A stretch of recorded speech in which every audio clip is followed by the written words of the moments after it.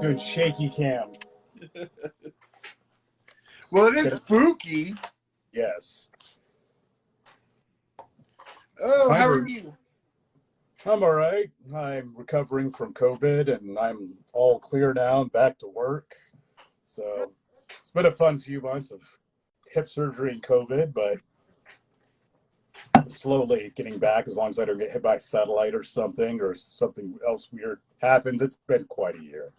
So how about you? Doing good. Nothing nearly that exciting. Thankfully, yeah. Any plans for Halloween? Taking Amy out trick-or-treating. She's going as a Zerkatry, which is a beast-type Pokemon, and a really bizarre-looking Pokemon. It's kind of like Electric Slender Man, sort of. Yeah. So we're working on the costume for that this weekend, and otherwise, just probably watching horror movies and hanging out. I'm going to go try to see, they're showing Dawn of the Dead in the theater in 3D this weekend, the original. Oh, wow. I think I'm going to try to go Sunday to see that. It's one of my favorite zombie movies ever and an iconic horror movie. I'm glad to see it on the big screen. I was going to go see Jaws on the big screen, but I didn't get around to it. I've heard mixed reviews of them making these older movies 3D. Some of them seems to work out better than others, but I'm not expecting a whole lot from the 3D because there's definitely a clear distinction between a movie was designed for 3D and a movie that they made 3D. But I'll be excited just to see it on the big screen. Yeah, nothing else that. Yeah. Yeah, that's really what I'm going for, and I'm gonna plan to see Black Adam in the next week. I said I had planned on seeing a few more movies by now, but COVID. Yeah. I almost forgot Black Adam came out. I don't know, like I'm just kind of tired of superhero stuff. Like all the trailers that have dropped here recently, I'm like, oh yeah, it's fine. I'm getting to that point where I'm most super not set up at the Marvel stuff that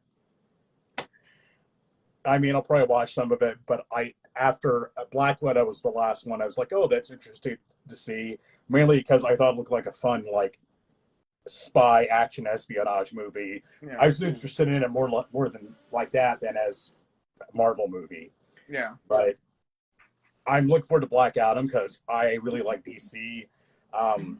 And the big reason I want to see it is because I love the Justice Society. I love they're throwing some old Silver Age heroes in there. Yeah. Pierce Brosnan as Dr. Fate is the best. Perfect. I have a love of the Silver Age heroes. I have a love of the heroes that don't get as much love in DC. And I'm looking forward to seeing some of those in the big screen. And it looks like they've probably done justice too. Yeah. So. Well, I had a whole month's worth of movies planned to show Ashton. Including Dawn of the Dead 78. And instead, he's going to go hang out with his cool friends because he's 14 years old and super cool. And so Amber and I are going to stay home like the old biddies that we are because I found every episode of MTV's Fear is on YouTube.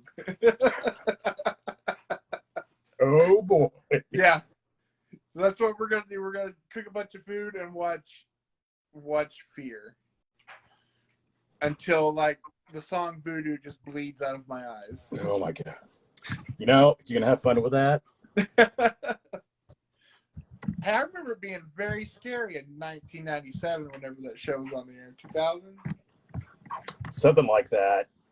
And a lot of this and like writing up this list, it's a lot of what I thought was scary was situational. Mm-hmm. It was either the age I was or something was going on at the time or how my friends were acting around me or any number of things.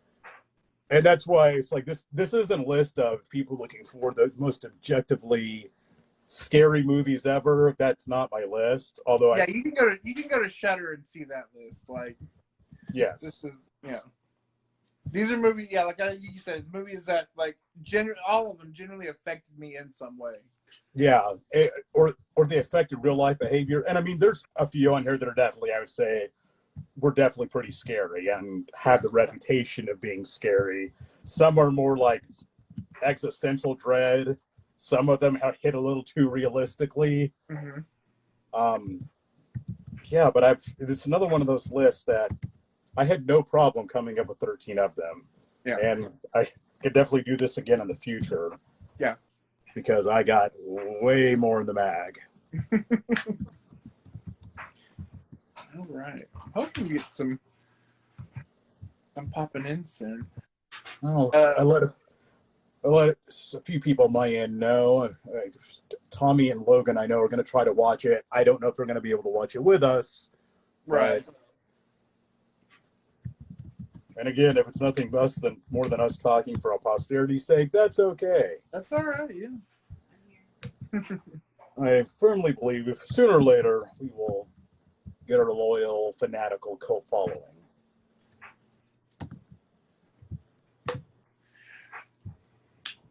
So while we're waiting, let's get this part out of the way.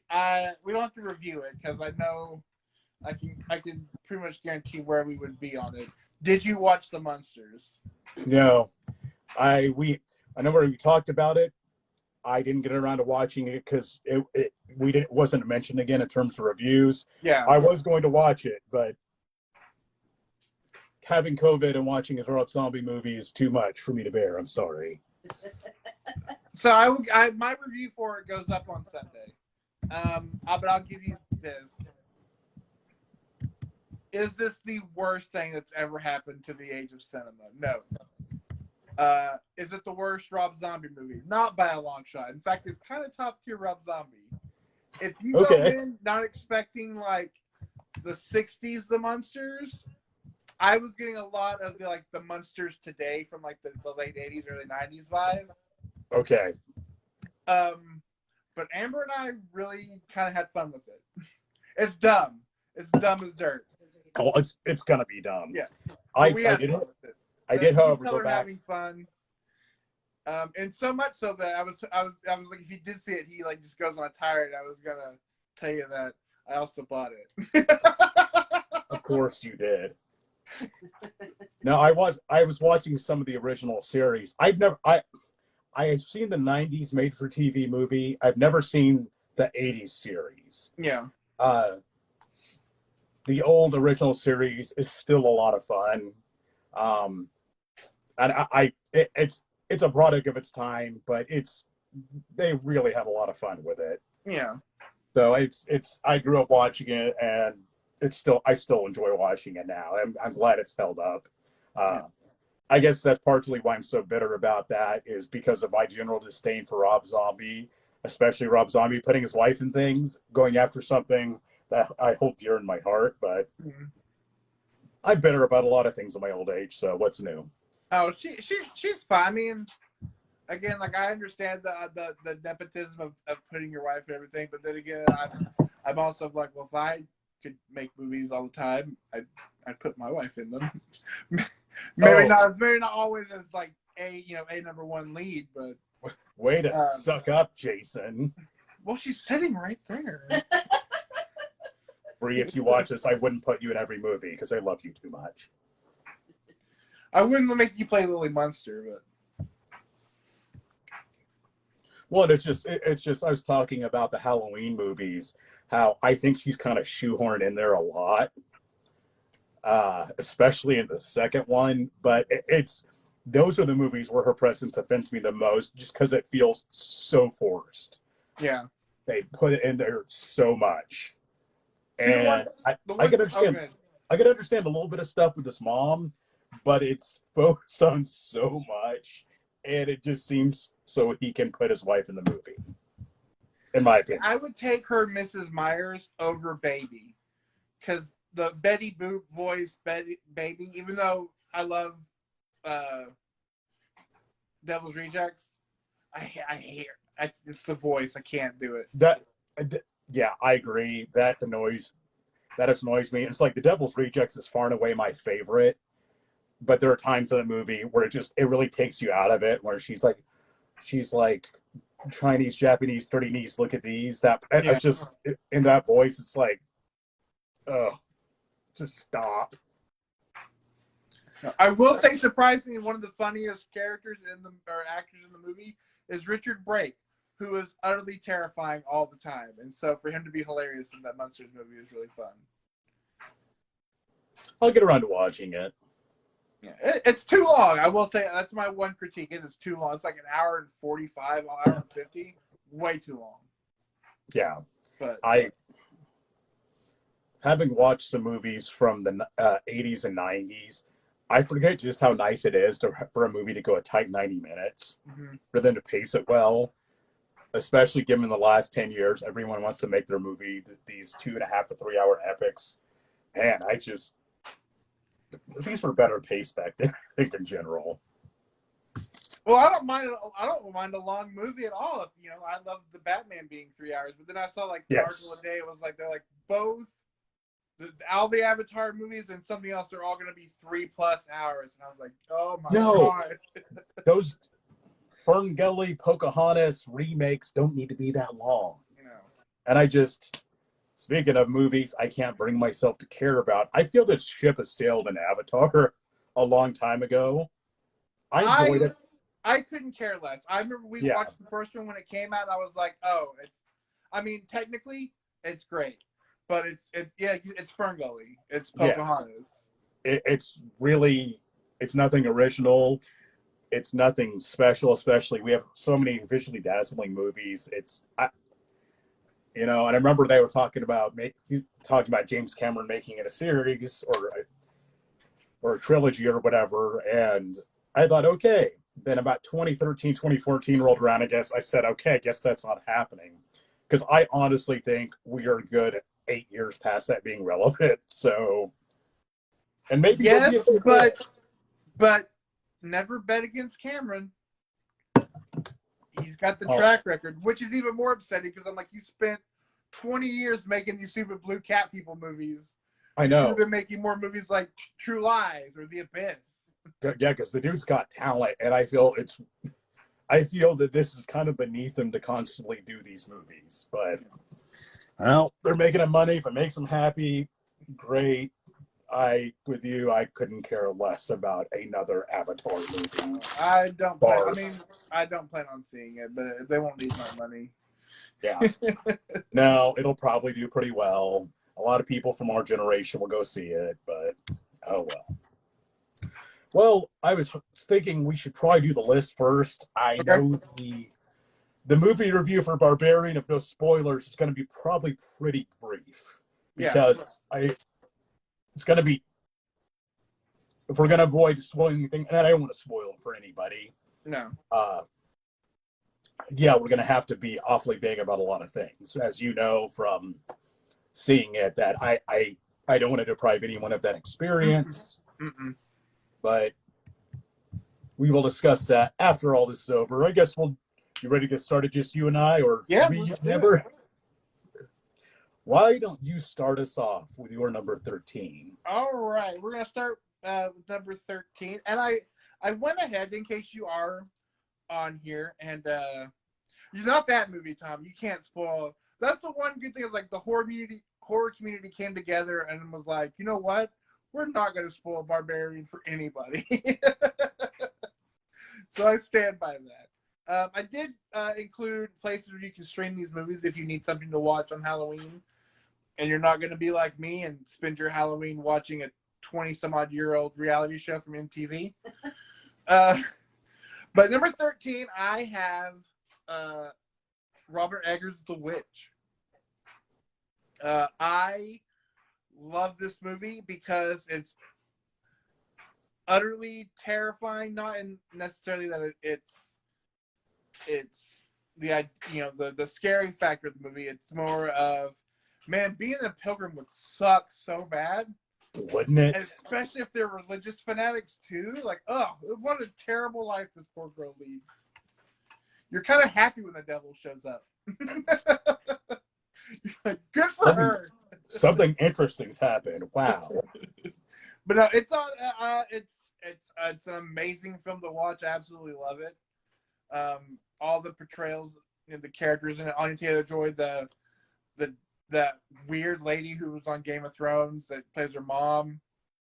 the scene with the crow and from that movie, and then all the Black Phillip stuff, and it's just such a weird, folky nightmare. And I'm a huge fan of like old folky lore stuff, and so it really does kind of hit all those strides, and then kind of really, for me, came out of the gate. Brought Robert Eggers kind of to that. We talked last month about that Jordan Peele top of the horror chain, and kind of, to me, put Robert Eggers, he's in my top 5 right now, working quote unquote horror directors. I know The Northman could quite be considered horror. The Lighthouse could be, or could also be a comedy, but I think The Witch is legitimately a scary movie, especially for like an old timey American-y folktale type of story. I will admit, well, looking through, I was looking at lists online for, what people consider to be some of the scariest movies. That showed up there a lot. And I am ashamed to say I've yet to see it. I really need to take that time to give it a watch because of the universal acclaim. And I like period piece movies. And I could definitely see that being an utterly terrifying setting for something. So, especially for 2015, like it came out of nowhere. Yeah. Definitely though, turn on your subtitles. You're gonna want it. But that is streaming on HBO Max for anybody who cares to check it out. Joke's on you. I have to use subtitles anyway because I'm half deaf. So, number 13 for me was a movie I saw twice in the theater, and I believe this was 2002. It had a lot of creepy moments. It had a few jump scares, but it's kind of a quiet movie in a lot of ways, but it has such a feeling of, you feel like there's something out there, and you occasionally catch glimpses of it, but it's a lot of what's implied. And I still think it's been a pretty scary display of aliens, really creepy display. Signs by M. Night Shyamalan. That movie genuinely creeped me out. The part where Mel Gibson's walking around the cornfield, the spotting the creature on the roof, just how general, there's a lot of the movie takes place in and around that house or farmhouse in the middle of a cornfield, and it's just the feeling like there's something, there's something around, something hiding, something out of sight. And then there's, of course, that scene where from the Mexican birthday party, where it's showing it and you see the alien on screen. I don't know why, the grainy footage. It's creepy. That part is so creepy. I think it's M. Night Shyamalan's scariest movie. And a lot of his movies aren't terribly frightening, but I like the way the aliens were handled. It had a creepy atmosphere. I think it gets a little goofy towards the end, but I jumped several times and I thought it was pretty atmospheric. No, I figured one way or the other we'd be talking about Shyamalan at some point tonight, so I'm glad we started there. My number 12 was on the list, fell off the list, and then I realized that I was a terrible husband and father, and Amber and Ashton had never seen the movie. So I showed it to them, and it immediately bumped it back onto the list. It's 2001's Frailty. Stop after the video. Stop what you're doing and go watch it because it's on HBO Max. It just watching it now as an adult is, you're just like the terror of like being a kid, and then like one day your parents just become like religious fanatics. Not only that, he's also a serial killer, and you're playing that out as a kid knowing you have no way to stop it. Even though you try and you try and try, you're still just a kid. And then the way the movie plays out, and I won't spoil it, but the way it plays out is beautiful. McConaughey empowers Booth, and of course the great Bill Paxton, who was ashamed this is all he directed, because this movie is directed beautifully. It's so gothic and like Southern fried horror, I just love this movie. And again, I was like, oh, maybe not. And then showing them the movie and then being like, oh, hell yeah, this is on my list. Like, there are some creepy, creepy moments in this movie. I consider this for my list. I'm with you. This movie is just excellent. Did we watch this together the first time? I think so. Yeah. I remember my brother-in-law Roy told me about it. He's like, you got to see this movie. It's like, you told me a little bit about it without spoiling it. It's like, I don't know, it doesn't sound that good. I watched it and I was blown away. It would easily make my top 25 movies of all time. Mm-hmm. It's excellent. Bill Paxton's his acting's really what pulls this all together in the movie. But the part that really creeped me out is when he wakes up the boys in the middle of the night to tell them this message he has received, and telling them so matter-of-factly, and him kind of going over, it's like, oh, we're finding the tools and whatnot.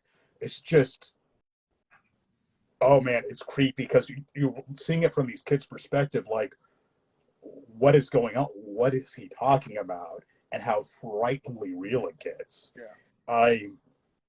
And the part where he does it and then they don't talk about it, and so the kid's like, it must have been a nightmare. It was nothing. And as he's pulling away from school, he's like, remember, don't talk about what we talked about last night, kids. Yeah, I couldn't tell you the names of the kid actors in that movie, but they do so well. Yeah. It's a shame, I agree, we didn't get more Bill Paxton directed stuff because I don't know, I can't think about any flaw with Frailty. I think it works beginning to end. Yeah. And yeah, Powers Booth and Matthew McConaughey, they have, they're more of the framing device, but man, they are great. I mean, the acting in that movie is just stellar, and it's very unsettling, especially Bill Paxton's character and his acting. And can't spoil anything, but no, it's an amazing movie. My number 12 is something you knew it's going to be on this list because it's another movie you and I watched together the first time. And not only you and I, our friends were there too. I can't remember who all was there. I'm pretty sure Shaw and Lee were there too. John Carpenter movie, we're watching it. And then there's some creepy scenes and somebody threw fake barf on me and we're, bro, and I jumped so hard because I was already creeped out in the movie, and the movie's in the mouth of badness. Easily my top 3 favorite horror movies of all time. There are a lot of creepy moments. There are jump scares. It's a really unsettling movie. Although the one scene that I always think about is when I'm driving at night and I see the reflection of something up in the road. That scene with the bike and all of that, which I think is the scene where their barf was thrown on. It was because it kept going by, and so I was like, if he rides by on that bike one more time, I'm gonna throw up. Yeah. One of my favorite memories from my childhood, by the way. So, a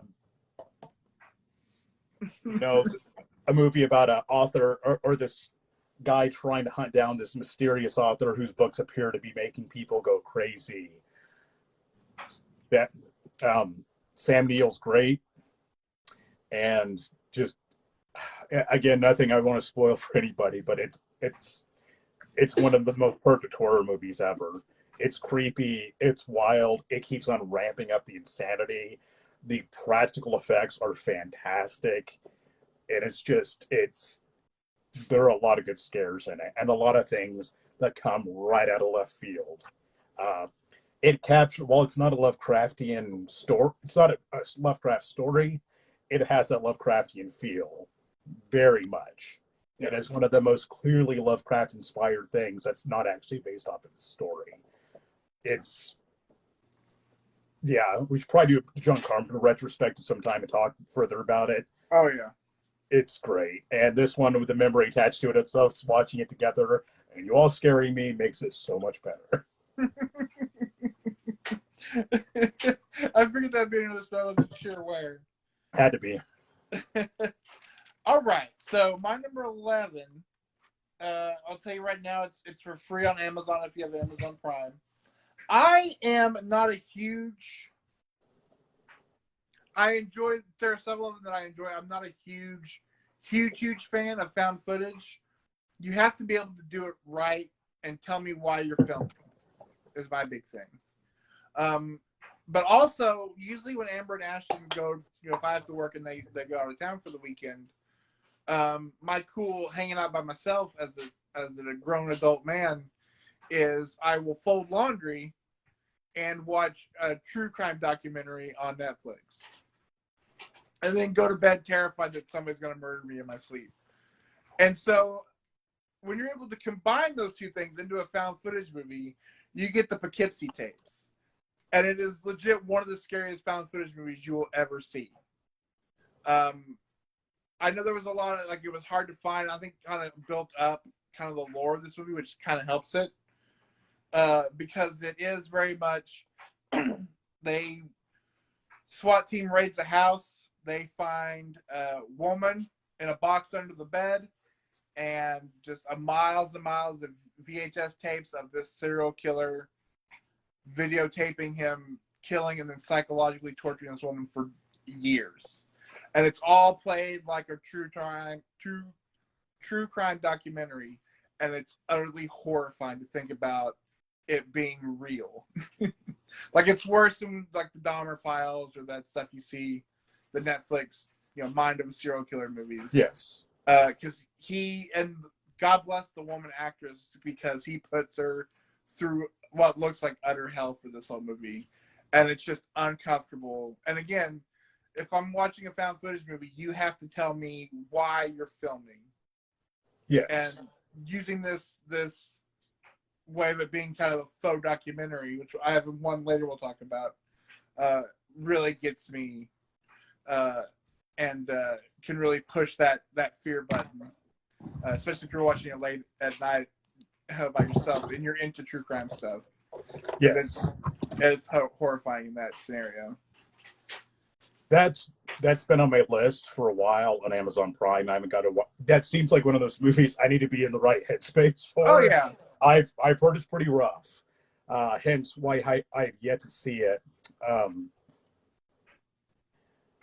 Yeah, that found footage, it can be a difficult thing to pull off.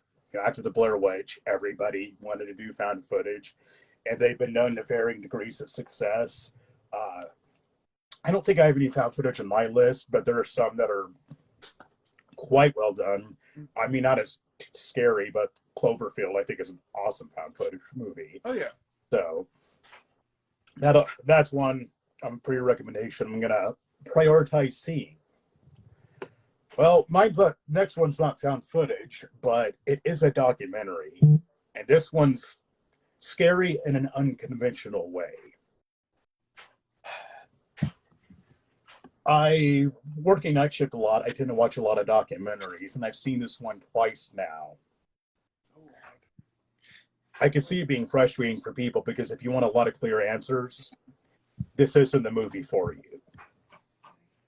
But it dealt with a very real tragedy and this terrifying notion that somebody you think you know can be responsible for something absolutely horrific. That under that veneer of, having everything together and being successful and happy and a great friend and a great mother, that there was something drastically wrong. It's a documentary relating to the 2009 Taconic State Parkway crash in New Jersey, and it's 2011's There's Something Wrong with Aunt Diane. That movie disturbed me tremendously. It's it's utterly tragic because you have this people trying to pick up the pieces after this car wreck that killed, I believe, 8 people. A head-on collision where a woman with a minivan full of kids drove several miles down the wrong side of a freeway and ended up running into a car and killing 3 people in the other car and everyone except for one kid in her car. And her family and others are trying to piece together the story of how and why this happened. And trying to desperately find answers for a situation that seems to make no sense. Things just don't add up. There is a little bit of footage from a gas station that shows her going into the gas station and coming back out, getting in the car and leaving. That's the last footage of anybody that's seen her alive. And it's creepy because you know something terrible is about to happen, but it's the last clue they have as to why this happened. And I don't think I'm going to spoil a lot here, but you're not left with clear answers, which is also terrifying. And you hear from a lot of people in there that, oh man, there's, I could never imagine this happening, which I could never imagine this person doing that, which you hear a lot with people who commit heinous acts that they never thought. This woman, apparently no one would have guessed it. Yeah. You start peeling away some layers of it, and yeah, there was definitely something wrong with Aunt Diane. The title refers to one of the kids in the car calling one of their parents, and that's something they told him because the kid knew something was wrong. Something was very wrong. It is a very sad documentary. It will ruin your day, but I found this one very frightening, and the reality of it's very scary. Yeah. Now that one, and then there's that one, and then there's another one. It's about the friend making the documentary for his murdered friend's kid. Dear Zachary. Dear Zachary. Yeah, those are the ones that's like set aside anything else because that's over. You just gotta sit with it. Very few movies made me cry. I broke down crying watching Dear Zachary. Yeah. And I was sad and I was extremely angry at the end of it. But it's another one I recommend, but it will thoroughly ruin your day too. Yeah.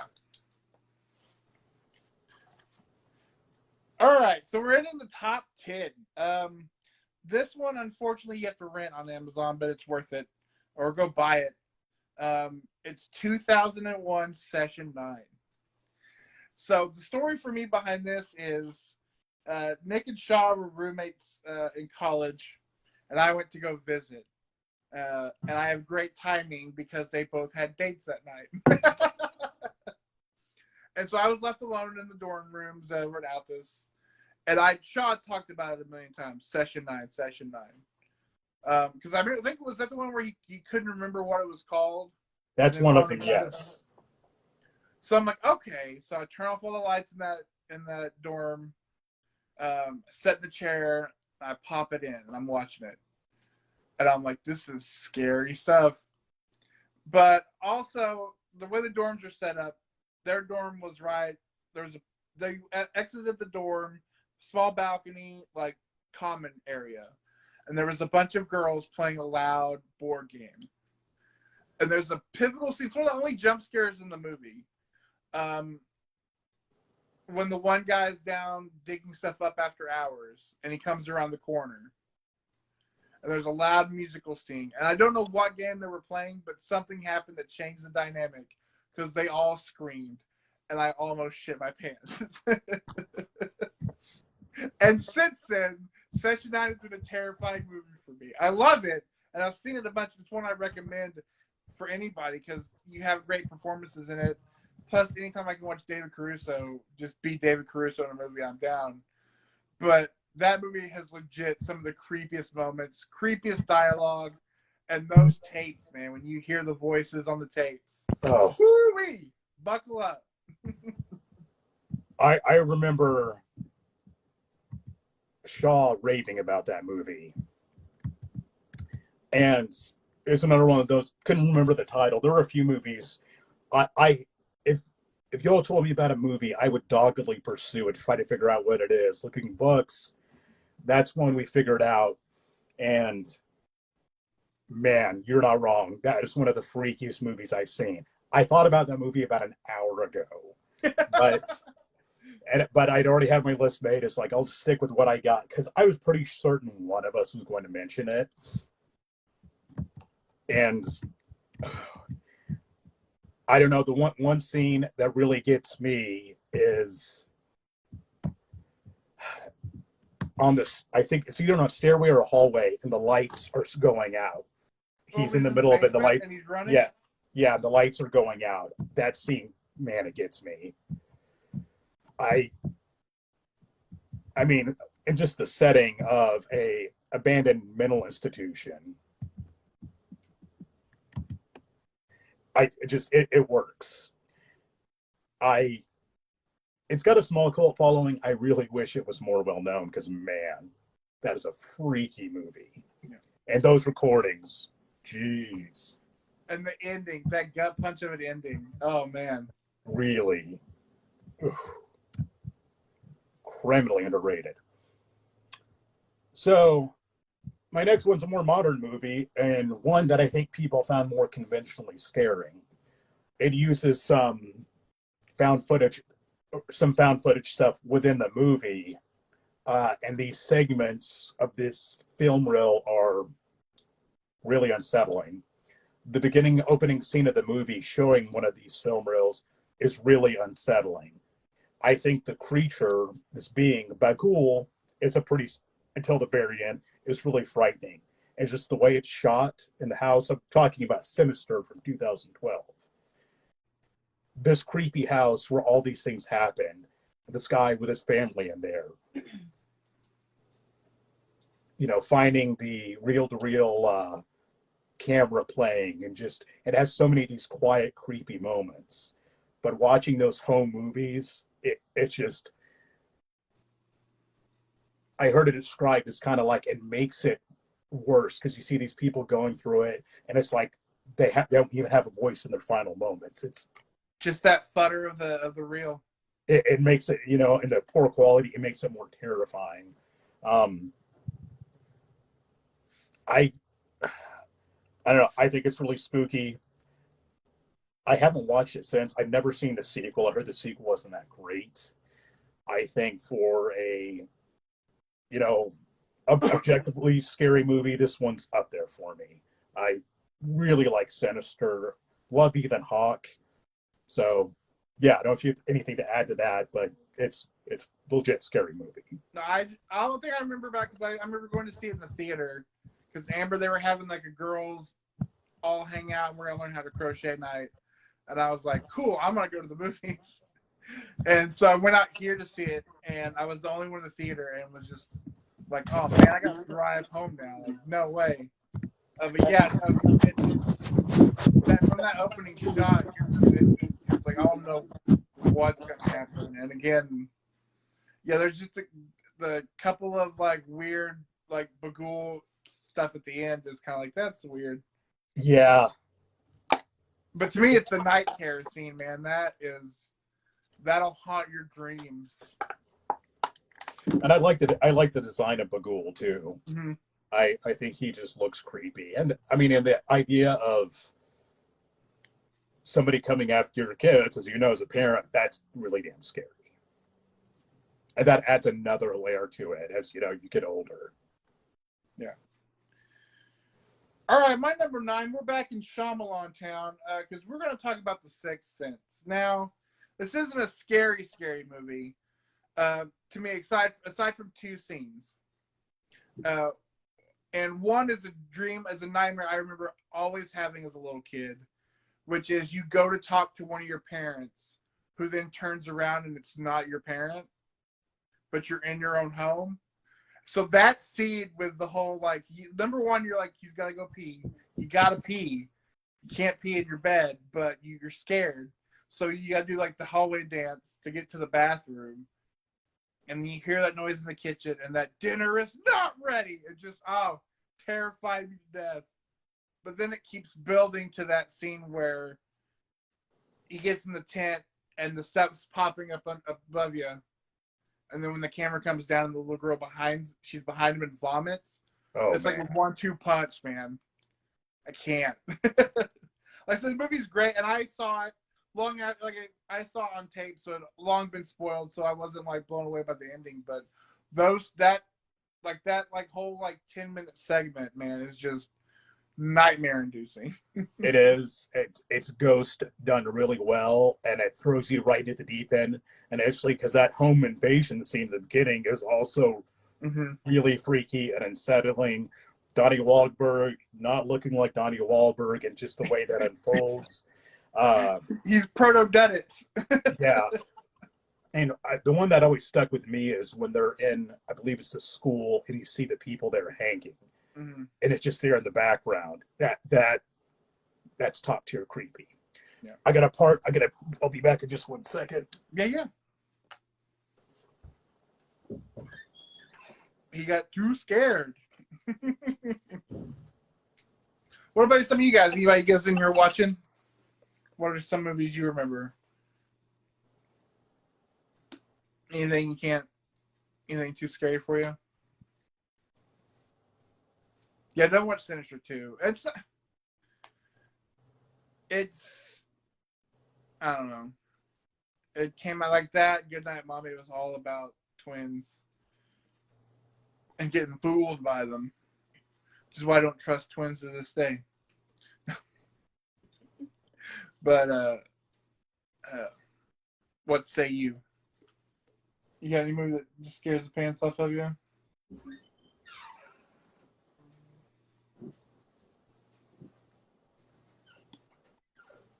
Well, the only thing I could think of is just the head shaking. Oh yeah, Amber's a big she's not a fan of shaky ghosts. So the late 90s, early 2000s idea of ghosts all going like this is a no-go in the house. So I can't even enjoy House on Haunted Hill or Fear.com because we can't do shaky head ghosts. I enjoy zombie movies, but they give me nightmares. That's pretty much it. That I could think of. That's I mean, I get it. Like we all like weird stuff that's gonna freak us out. But yeah, your love / terror of zombie movies. I wish they talk about going to see Dawn of the Dead. I wish they did cool stuff here. I like a lot that's Regal, and they don't do it. They don't have any we have AMC here. It's an hour to go to it. I'm still shocked beyond words that the Weatherford Theater got Pearl. Because I just figured I wouldn't be able to see it. Which isn't on the list, but it's available on digital. You should totally watch Pearl. Watch X too, but definitely watch Pearl because it's an amazing film. It's a movie that definitely Nick and I for sure will be talking about come January when we probably do our top films of the year. They even got Smile here, but I haven't got to see Smile. I've heard it's okay. I've heard it's pretty good. All right. My number 9 is one of those, it hits hard because it's realistic, and especially in our world right now, given what we went through with COVID. Luckily, it wasn't as severe as what is portrayed in this movie, but for a realistic horror movie showing how bad a pandemic could be in a realistic, non-fantastical manner, 2011's Contagion, directed by Steve Soderbergh, is really well executed. It follows a bunch of different characters. It's like Gwyneth Paltrow's patient zero for this virus that crosses the species barrier in China, and she accidentally spreads it across the world. And you have this team of people, you have all these various characters who are trying to, work on a vaccine or trying to deal with it and initially trying to stop this outbreak, even though it's something that's just it's spread like wildfires because it's extremely contagious. And then also shows the people who are taking advantage of the situation. Like Jude Law plays this extremely slimy, hateable character in there who's exploiting the situation. Lawrence Fishburne, I believe, with the CDC. It's got a pretty all-star cast. Matt Damon's in it. It's definitely been. I watched it during quarantine, and it's interesting to see because some of the things that kind of happen like that. The run on the stores, people being super grabbing all these certain things like hand sanitizer in the movie, of course, is everyone's after it, and the fear between neighbors and the isolation of being in quarantine, because the virus in this movie, it's bad. It's way, way worse than COVID was. But it's also plausible and it's so realistically played out. And it follows several different plots and manages to weave them together well. This one, I mean, of course, is directed by Steve Soderbergh, so it's very competently done. But one of the most realistic, and it's maybe a stretch to call it a horror movie. I think it's a horror movie because it's pretty terrifying. It has a terrifying concept, and they make it all seem so realistic. I remember when it came out, I didn't see it, and then I remember it being huge at the start of the pandemic. But I was like, you know what, I could, but I'm probably just gonna watch Tiger King.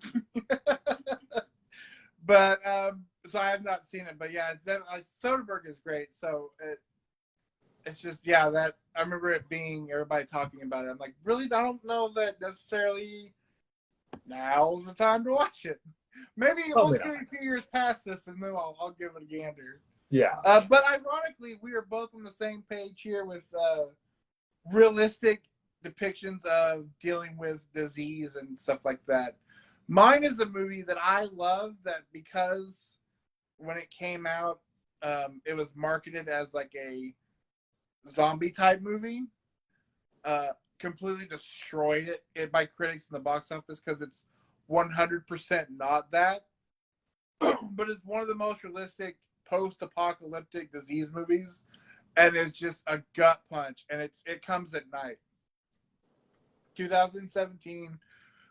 You have Joel Edgerton and his wife and son and his father-in-law post whatever some great contagious disease is, and they're surviving, and it's about surviving and what lines you have to cross in order to protect yours from the outside world. And then what happened, how far, what's the line between being a Samaritan and dooming your family. Yeah.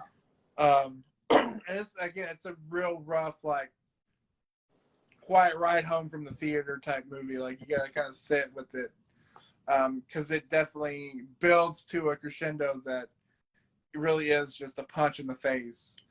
And it is a great movie. And again, I think what killed it was I remember the trailers leading up to it was like, oh, it's gonna be like a zombie, there's monsters in the night coming, and it's not that at all. It's a disease, or just like dealing with a disease movie. Kind of think of all the morose parts of The Walking Dead. They're just, the zombies never show up. It's just dealing with being human in this terrible world. I don't know. That's terrifying enough for me. It's another one. I didn't see it. I remember after it came out, though, a lot of people being very dissatisfied with it. I honestly think it's more interesting the way they did it. I will get around to watching it. I love Joel Edgerton, so I look forward to that. And I like things that can tap into the more quietly terrifying things about humanity and human nature and survival, because that's, I don't know, it's a lot of that stuff, like with Contagion, that I find legitimately scary. The things that really hit home. Well, my number 8 is not a realistic movie in the least. At least I hope it's not based in any kind of reality. But it's an existentially terrifying movie. It's Lovecraftian in a lot of ways. And the whole time, you are trying to figure out what the hell is going on. And it's 2017's The Endless. There's these brothers who had escaped this cult years before, and they get a videotape from these people, and they decide they want to go back to get some closure. It's like this UFO cult, sort of. So they go back there to this remote compound out in the desert. Everyone's super nice, but something's just wrong. Something's just off. And these brothers disagree as to what they should do and what's going on, and it messes with your head. And a lot of the stuff it doesn't show is there's a scene on the lake that I find extremely scary, and as more stuff that unfolds, it's these guys are caught in an insane situation.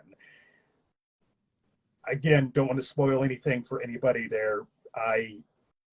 The fear of the unknown and the indescribable is strong in this movie. That feeling of dread throughout. It's actually apparently it ties in with another movie called Resolution, a short film they did back in 2012, which I haven't watched, but I need to. I believe The Endless is still on Netflix, and it is very much worth checking out. Yeah, I don't have much to add on that one, but 100%.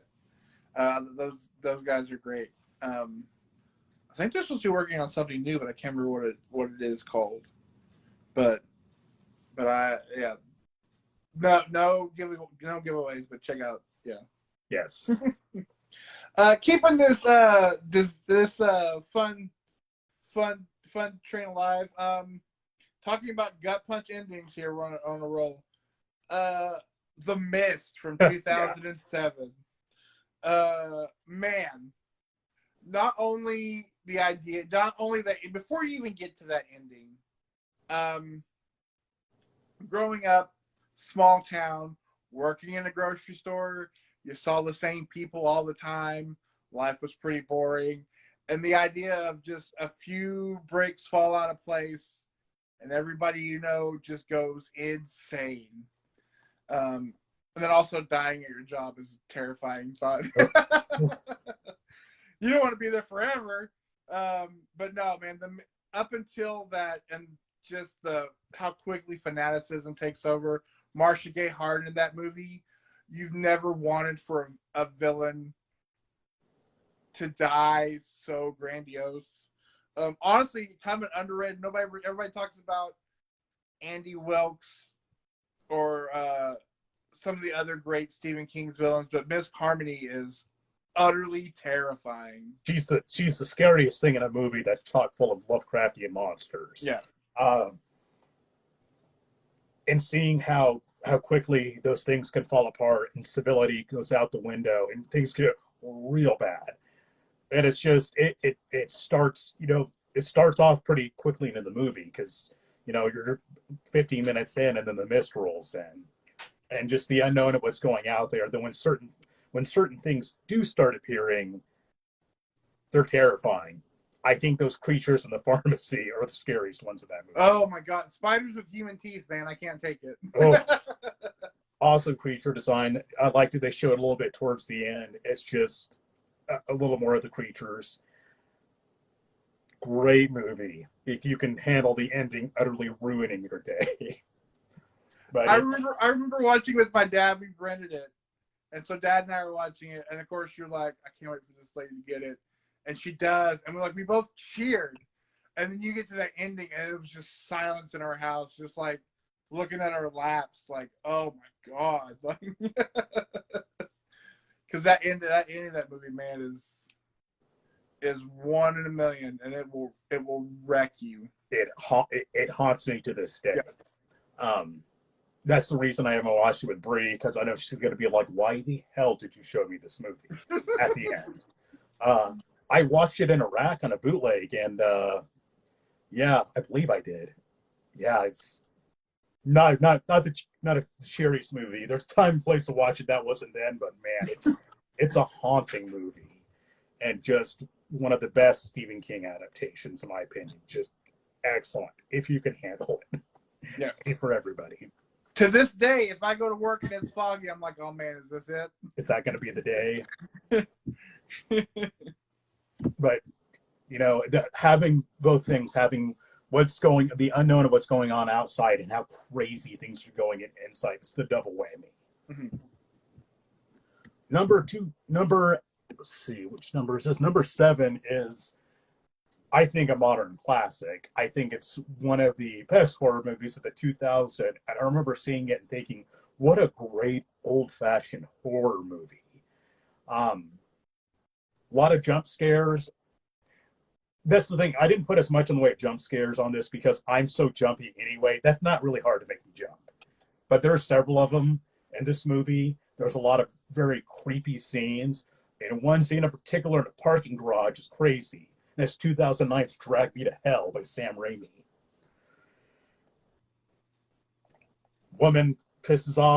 This woman in a bank pisses off an old Romany lady, and antics ensue, and she gets cursed. But man, that scene in the parking garage where they have that fight in the car is disgusting and frightening and awesome. One of my favorite scenes from any horror movie. But there's some real gross out parts, like when she actually trips on a corpse in the house. It gets a little funny at times. And the little seance they hold, and her just kind of coping with some terrifying situation, and a lot of people like being, oh, this is all in her head, and nobody believes her. And I can't remember what's her name. Alison Lohman, she's great in it. I think I was so impressed with how well the movie was pulled off. And another one that it's not the cheeriest movie, but man, it's great. It's an absolute classic in my book. And that's just what struck me when I saw what a great old-fashioned horror movie. I've never been one for political aspirations, but if I were, and my platform would be that by law, Sam Raimi would have to make a Drag Me to Hell-esque movie at least once every 10 years. Yes. He was so good at it. Hey, can you close the door, please? I mean, that was my number one reason for seeing Doctor Strange 2 was like, am I going to get some Sam Raimi in this movie? Yeah. I know they talked for a while about doing a sequel, but I'll be honest, I think they should just leave it alone. I don't think a sequel would add much, and I think it's likely it would actually take more away. Yeah. No, but he should be making a lot more stuff. Yes. My number 6 is the other found footage movie. Again, very much the same rules as the Poughkeepsie tapes. Only this one has one of the most like existential dread moments of any found footage movie. But just watching somebody talk about the movie like gave Ashton nightmares, and he still refuses to even acknowledge the movie. And it's 2008's Lake Mungo. It just kind of was thrown out into the world as one of those after dark films, like 8 Films to Die for whatever. Number one, it's a great found footage movie. It's a great faux documentary about this family just dealing with the death of their young daughter and sister. And then the movie, you're watching the movie, and you're thinking, oh, it's gonna become ghosts. And then the movie takes a turn to, oh no, was it like it turns into true crime a little bit? And there's revelations throughout the movie. And then you get to the scene, because the gist of the movie is the girl goes with her friends. They go out to Lake Mungo. She sees something and snaps a picture of it. And it like messes her up, and then like a week or so later, she dies. And just the punch of the ending, when you actually see what she saw and what the picture is of, and man, it's just holy crap. And then it gives you that ending of, it's kind of built to where, oh, it's not, it's nothing really supernatural outside of this. Maybe it's not a ghost story, and then it does a twist at the end that tells you, oh, this is supernatural. But man, again, it's beautifully done as a total great true crime faux documentary. But then there's just that ending of the idea of without going into specifics, was the idea of standing face to face with your fate is just, it's a gut punch. And yeah, like I was watching somebody talk like a video essay on it, and Ashton was in here, and like to this day, he'll be like, I'm not watching Lake Mungo. Don't talk about that movie. I don't want to talk about it. Another one that's been sitting on my Amazon Prime list for a while. Uh, movie channels I watch regularly keep on mentioning that.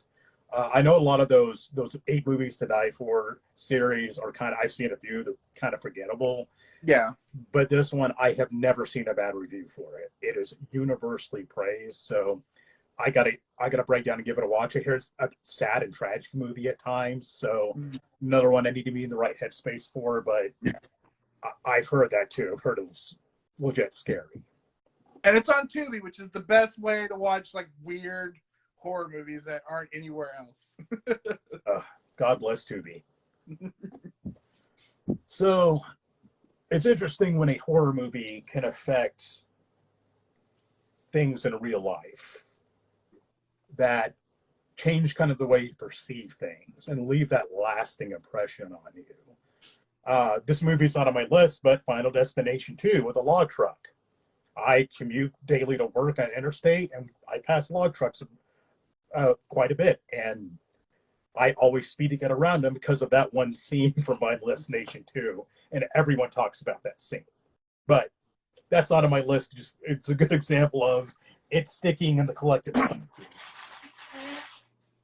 I watched this when I was probably about 10 or 11 with my dad on a Sunday afternoon. It was on cable, and it to this day is the big reason I don't pick up Hitchhikers, mainly because Rutger Hauer playing John Ryder in 1986, The Hitcher. Beginning to end, it is a eerie movie about a killer, this mysterious killer who just seemed to really enjoy killing. And at that age, that concept freaked me out. You know, not murdering for money or being jealous, just he loves killing and he's really good at it. And he wants you to do it. Yes. And he keeps on trying to talk him into it. C. Thomas Howell, it's this poor kid transporting his Cadillac across the desert. And it's just, I can't remember. I think that movie takes place across like Oklahoma and West Texas, if I'm not mistaken. Somewhere it looks similar to where we grew up in parts, or at least West Texas. Yeah, you know, he makes a mistake of picking up the hitchhiker one night, and this guy turns out to be a serial killer. Rutger Hauer's, you know, icy blue eyes, just cold-blooded performance, and the fact he has like this sense of humor about it is frightening. Nobody believes Jim Halsey, C. Thomas Howell, the main character. They're like, you're making this stuff up, and most people think he's actually the killer. But the things that keep on happening, they don't really have a good explanation. There's a scene in a police station, especially, that I'm like, what? How did exactly that all go down? All those people died without waking this guy up. And there's one scene in the movie that's notoriously brutal, and I remember that turned a lot of people off because of just how savage that got, and a certain character dying, and you know what I'm talking about. But it's maybe the least bloody death in the movie. Yeah, but ironically, the idea of it is so. But John Ryder, it's. There's nothing implied that anything supernatural going on, but he's this unstoppable force of nature, this just absolute death machine. And he's relentless, and he is after this kid to terrorize him. And every time I'm going along and I see somebody hitchhiking, I always think of that. And they're like, I don't want them to stab me in my face with a knife. I don't want them to pursue me. And especially growing up where we did, where there's so many open stretches of highway, there's so much empty land like that. I always think of The Hitcher. It's one of my favorite horror movies of all time, one of my favorite movies of all time, period. It hit me at a really impressionable age, and it's excellent. I actually don't think the remake I think the remake's pretty decent. It's not as good as the original. Yeah, I love Sean Bean, but he's no Rutger Hauer. The problem with that one is they showed you too much. Yeah. Those gaps in the original, which you are left to fill in, they show too much, and it takes a lot of the mysteriousness out of the character.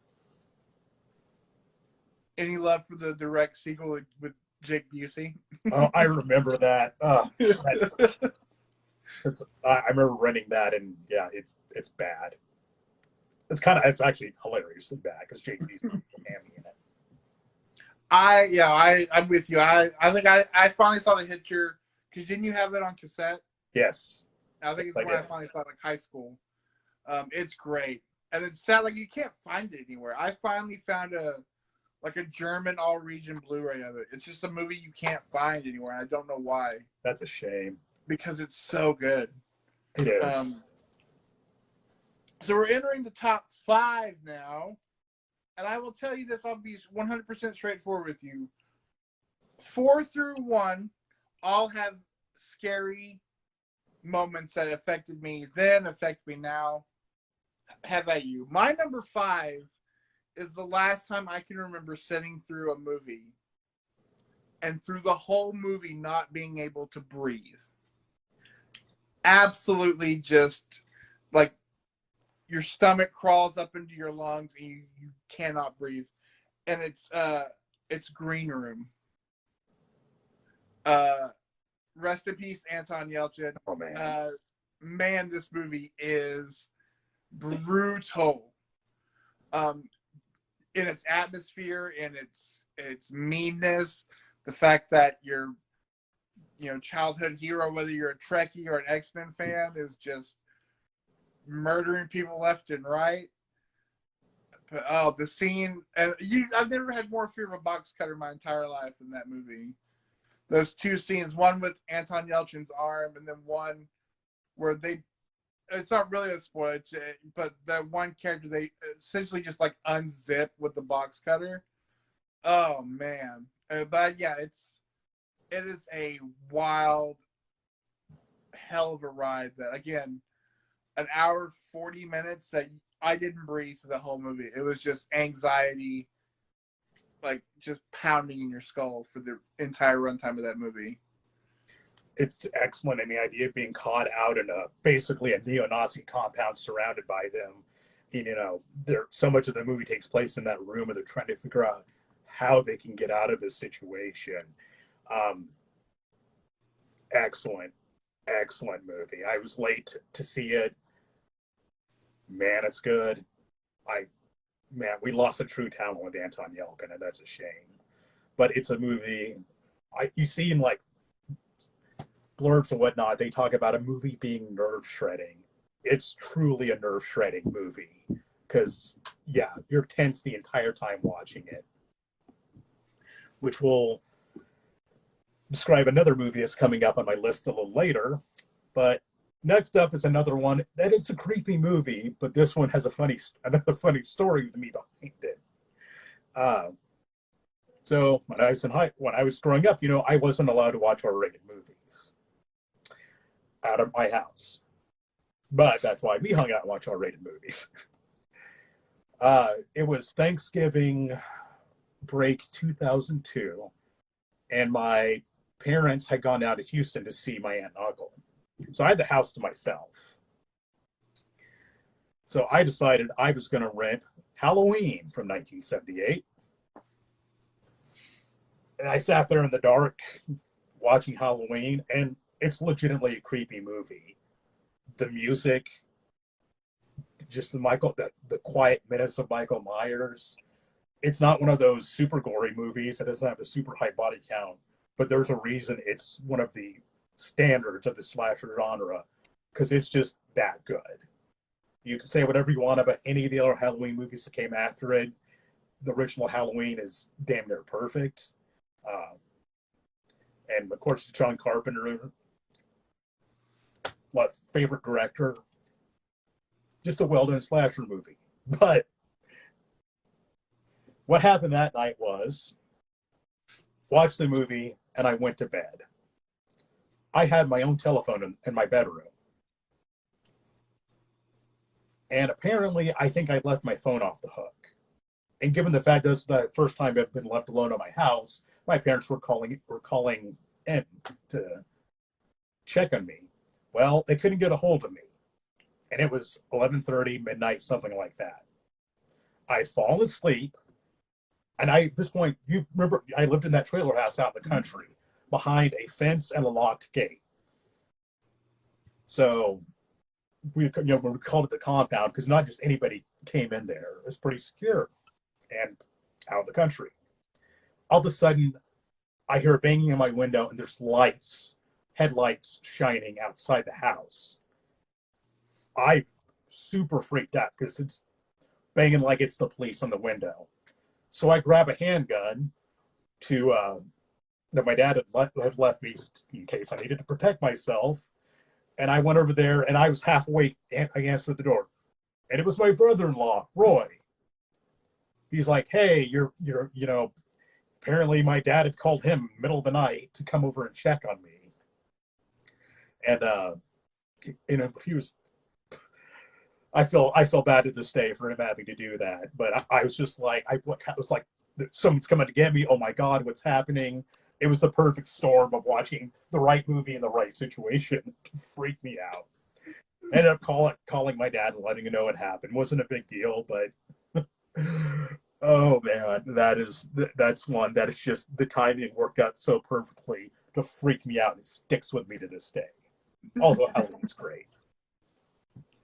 And I'm glad it is. And when we decided to do this as our topic, that night I told Amber, I was like, Nick's gonna have Halloween on his list, and here's why. Yes, it was a hilarious situation. I'm so sorry, Roy, for having to get up in the middle of the night, but I was like, man, it's like waking up half awake. It's like, man, somebody's here for me. Oh, the terror I felt. I was shaking. So my number 4 is right around that exact same time. Also involves a phone call, and it's 2002's The Ring. So did not see it in theater, rented it, and I was watching it one night, and I guess I'd said I was watching it, and so Shaw and Matt decided to keep calling the house to scare me watching it. Well, this is 2002, so caller IDs do exist. So their efforts there were thwarted. However, upstairs in my room, we had my bedroom, and then we had the movie room, which was the TV and all the futons and where we watch movies. And the TV up there, you would put in a tape, and it would play, and then when it stopped, it wouldn't automatically rewind. It went to static. The VCR would turn off, and it would just go to static because there was no cable. So I watched The Ring. It's a really great movie. Gore Verbinski directs the hell out of that movie. It's one of the best remakes out there, especially with that whole J horror lead off. It's great. So I watched the movie. It's great. That's fine. So like in my mind thinking about how Brian Cox like Uber kills himself in that movie.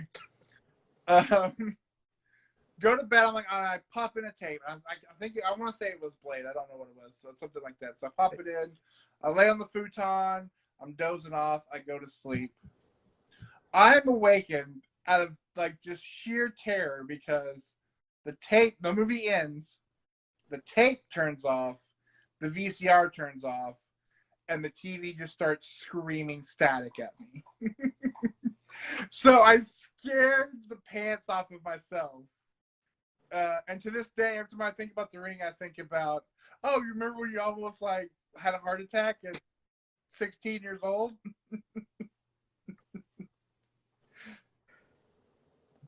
And The Ring's another one. It's one I consider for this list. It's a legit creepy movie, especially the contents of the tape itself and just the random stuff on there. It's frightening. Samara's frightening. I've never seen the original Japanese Ring or Ringu, although there is a J horror movie still on my list. But it's one I think it lived up to the hype. I think The Ring's great, and I could definitely see in that specific situation how that would scare the crap out of you. Said so much of these what we find scary situational things like that. For sure. Well, I talked a bit ago about things being nerve shredding. How Green Room was nerve shredding. This is how I would describe that movie: extremely nerve shredding, tense, and not knowing what's going to happen, and just so worried and unsettled throughout the whole thing. And it's 2015, so they look like people. It's a small, low budget, independent movie about this guy who has an old friend coming from out of town to stay with him. And the friend is saying some really weird things. I'm not going to give away much, so I'm not going to be able to say much about it, but it keeps you guessing as to what's actually happening and what's unfolding. Some great acting in it, but it's just, there's a lot of long, quiet scenes where you're waiting on something to happen, and this feeling, this overwhelming feeling of dread throughout. Even the trailer doesn't give away much, and the trailer's super creepy. But the sound in this movie, it elevates it so much of some of the sound they use in it. I said I can't really say much without giving a lot away. It is on Amazon Prime. It is very tense, and I highly recommend it. It's been on my list, but I haven't seen it. But the cover of it fascinates me. That's a simple. It is, and it's a very simple movie at its core. But one of the two main characters, especially, he just does a stellar job, and it's impressive, and it really creeped me out, and really kept me on the edge of my seat. So, my number 3, I'll say it's on AMC Plus. You can also get it super cheap, like on disc or physical media. Has a lot to do with there's a lot of baggage to this movie, in the fact that growing up, spending a lot of summers at my grandparents' house. My grandfather was a preacher, so I spent a lot of time at funerals for people I didn't know. And going to those funerals, you got to see the same, especially in that area, Sarah, Elk City, Eric. You got to see. You were always there with the same funeral groups. Yes. And so I remember at one point there was this old nice man, but I'll never forget. He's this weird little old man with kind of a high pitchy voice, and he had all metal cap teeth, and was telling me when I got to the age I should really look into the undertaking business. And I was like, "No, you terrifying minion, I won't." But so I just went to a lot of funerals. To this day, I don't. I mean, nobody likes funerals, but I've been to so many for people I didn't know in life. I've only known them in this moment of death. But the idea of that being your job. Thinking of you talking about little movies. It's the autopsy of Jane Doe. Now I know the second half gets a little wild with what happens, but that first half where it's just a father and son morticians, and we just got to do this autopsy, and then things just keep getting weirder and weirder, and it's essentially just 3 people in the room if you count the body. Things just keep unraveling, and it's weird, and it's weird, and it's weird, and it builds to this. When it goes off the rails, it goes insane. But by then they've kind of earned it. But it's just such a creepy movie, and it's one that you're in a mortician's room, so it's brightly lit because we're doing this autopsy, and it is very much just kind of a mundane. Well, we're gonna do this. Let's check for this, this, and this. But it's just so nerve-wracking.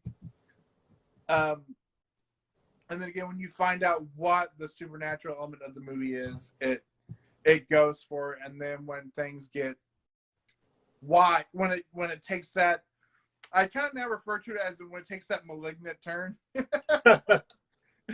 and just all out like hell breaking loose. It's you're there for it, and it's just such a weird, unique movie that and a weird take on a genre that you wouldn't expect to ever be done. It's an intense little horror movie. Again, looking at the lists for scary movies, that one constantly pops up. And again, haven't seen it. Really need to. Maybe I'll give that one a watch. I need to give that one a watch next night shift, so I'll be properly freaked out.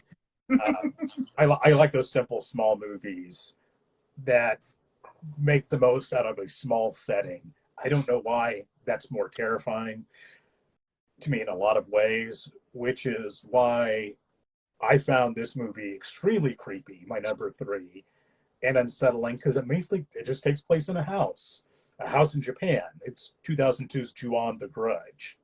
So me and my friend Tommy, who I mentioned here before, might be with us right now. Hi, Tommy. We watched this probably 10, 11 years ago. I've not seen the American version, but this version is so damn creepy.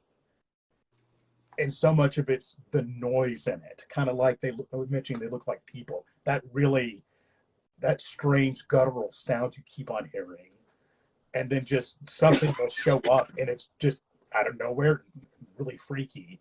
And these people, dealing with this house that's very haunted. And it's this quiet, intimate horror movie about ghosts, and it's terrifying and unsettling. And I mean, one of the best ghost movies of the millennium thus far. So I can't speak for the remake, but I've come to appreciate over time just how well Japanese filmmakers can execute certain things, and just the urban setting of this, and this fairly decently sized house, in the middle of the city, but there's all this crazy stuff going on inside, and the person missing their jaw, man, oof, mm-hmm. Great, perfect. I have not seen the original version. I was in the theater and saw the first remake, the Sarah Michelle Gellar one, and being really underwhelmed, especially in light of how great The Ring was. I actually really enjoyed the one that came. I know I was the minority. The one that came out, was it 2020? Yeah, it's fairly recently. I mean, it definitely plays up more of the gore factor than the other one, but because it's so many different people at different times being tied to the same house, and yeah, just the idea of like it's the head, this haunted house, and the minute you step in, you're doomed. Yeah, I really like, but yeah, it's one of those ones that I know I probably should watch the original, but I just didn't like the remake at all. So I've kind of been like, I'll get to it. Yeah, and Tommy and I were actually talking about, movies that truly we found creepy and a little scary, and he doesn't get scared easily at all. Doesn't jump easily, nothing, but he thought that was pretty creepy too. That was one of us. We were both surprised how much we liked it. Mm-hmm. I do know, while never seen it and not liking the remake, I do know that I am not allowed to make the noise that they make in this house, or otherwise I won't get to be in this house. I learned that the hard way one time, and I don't do it anymore. All right, my number 2 is a movie that, again, we've seen a million things, and the way things scare us isn't necessarily the moves and the gotchas. But very few times have I sat in a movie theater full of people. It was a packed house, and been utterly alone, and so just the movie was just upsetting in the best way. And it's Hereditary. I love this movie. As when we talked about Jordan Peele and whether or not some of the praise he gets is warranted, I will go to bat for Ari Aster, because as much as I love Midsommar, which I do, Hereditary was one of the most terrifying things, uncomfortable movies I'd seen in the theater. it probably in my life. Like that movie was with me for days afterwards. Like just laying in the dark and like looking out the door and remembering parts of that movie and like like great, I guess I'm not sleeping tonight. Like it really affected me how scary that movie was, and not in the traditional like scares, but just man, that movie sets in the back of your head and just kind of pokes you watching that movie. I know some people don't like the ending. I'm totally on board with it. Again, like I think Ari Aster, just with the 2 movies and his short, I guess, because that movie's effed up too, deserves some modern day master of horror praise. But man, I just remember sitting in Hereditary being like, I gotta drive home after this? Like So that's another one. I thought about watching before this list because I've heard how scary it was. Bree and I are planning to watch that, but I can only occasionally talk her into watching a horror movie. So we're watching that one together, but she might never watch a horror movie with me again after that. But I guess I've been saving that one for that special occasion because I've heard it's so good. I'm certain it is, and I've seen a little bit of it, and the little bit I saw freaked me out. I've only seen about 10 minutes of it, so that's one. I know it's talked about as one of the greatest horror movies of the last 10 years, and from what I've heard, I have little doubt about that. I got Amber to watch it. Here's how you do it: you pick a day, and you're gonna like watch it at like 11 o'clock in the morning, and then you just, it's kind of like when we used to rent movies. When we were kids, we would go to this movie. You could rent 5 VHSs for 5 days for $5. Oh. You would rent 4 horror movies and a comedy. Yep. Because after watching 4 horror movies all day, you got to go to bed. So you pop that comedy in right before bedtime. So a nice 11 o'clock, a nice brunch. You watch Hereditary, and then you just have like a good day of Bob's Burgers to round out the rest of the evening. And she should be okay. She should be okay. Oh, 5 movies, $5, 5 days. I can tell you how many times we did that. And my memories of your upstairs and do movie marathons are some of my fondest of my life. But such great times. What wasn't a great time was what happened back in 1990 when my parents had the bright idea to show me a movie that scared everyone in our generation. A movie which I could not include on this list because of how deeply it scared me and freaked me out and gave me nightmares and kept me awake at night because I was 5, and it's about a killer shape-shifting clown. It's It from 1990. It's a very creepy movie. Shouldn't have watched that when I was 5, but that was back in the day, when we had one TV in the house and you watched whatever your parents were watching. So that's what we did. And I just, the scene in the bathroom, the talking sink, the beginning of it with George, I mean, man, and mainly, I think the first part when they're younger is a lot scarier than the second one. But it freaked me out so badly, and it stuck with me, and it's still that's the origin for a lot of people's generations disdain for clowns. It doesn't hold up, I don't think. Watching it as an adult is not scary, especially the very ending of it with the giant spider bit. You're like, oh, that's what I was scared of. But in that moment and that time in the 90s, it was, and Tim Curry's great as Pennywise. It's frightening. Clowns are scary. Pennywise is on the Mount Rushmore of scary clowns. Yeah. I didn't know that story, and so just imagining like my time spent with your folks. Like there's just weird little moments like that, like the fact that it was your parents who took us to see Spawn. Like these weird little moments of like, wait, what? At the end of the day, they're movie fans. My parents are diehard Stephen King fans. Up until the early 90s, they read every one of his books. So yeah, that was one of those back in the 90s, like The Langoliers and The Stand, where they have a 2 to 4 part miniseries of Stephen King stuff. So since it was being shown on regular TV, they were cool with me watching it because it's not going to have boobs or an excessive amount of blood. But still scared the utter piss out of you like that movie did to me. Your 4 VHSs of The Stand is what got me into Stephen King in 5th grade. Like, Yeah. watching The Stand. All recorded off of TV. Yep. All right. Speaking of Stephen King, we are at the number 1.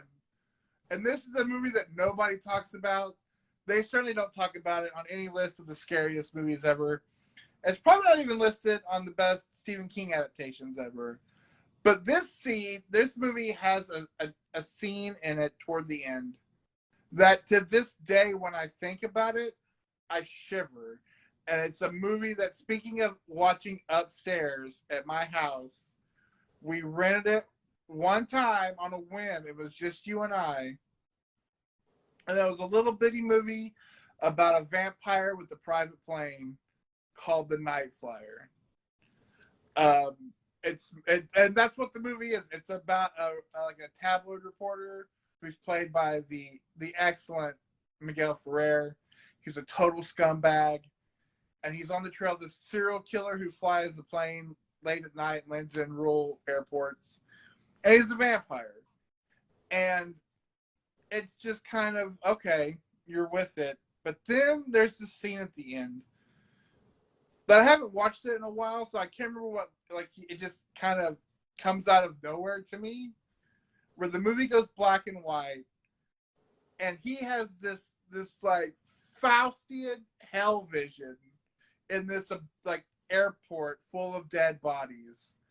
That is just the most terrifying thing I've ever seen in my entire life. More so than my dad showing me Chucky when I was way too young, or even what I remember as my first scary movie moment. That black and white scene there at the airport. Like, now, just thinking about it, I can see it in my mind. I'm like, huh. Utterly terrifying. And then being like, all right, well, have a safe trip home, Nick. Bye. That swerve there at the end. And I was very certain this was going to be on your list, that easily would be in my top 2 or 3 on my list. Just in the interest of variety, I didn't put it on there, but it's legitimately frightening. I don't know. I remember watching it. It's very atmospheric. There's like the scene with Miguel Ferrer in the hotel room, Mm-hmm. where he falls asleep and sees Dwight Renfield. That's the name of the vampire. There's also that really weird scene with the dog, Mm-hmm. which I remember me and Shaw talking about how oddly terrifying that was. It's creepy throughout, and the idea of like, oh, a vampire that flies into airports and kills rural airports. It sounds hokey as all get out. Yeah. But it's really good. And I've showed it to a few other people, and they were all the impression. It was really good. It's scary. It's, I think, freaky up until the end, but that ending clenches it. That ending where he is seeing people from his tabloid stories, when just people mutilated, the woman in the bathtub, the baby. Yeah. Oh man. Yeah. And it's great. It's underrated. I think there's a few scenes that take me out of it a bit, like the scene in the bathroom and the costume, the big, yes, big Papa Munster cape. Yeah. But those complaints are minor. It's such a well-executed, creepy horror movie that's got an interesting premise, and it's not really like anything else. No. And the guy who made it, he was like, that's like his only movie. That's his only credit. That's wild. That's his only movie. Yeah. It's on one of the movies that it's almost lost. Like, it's not streaming anywhere.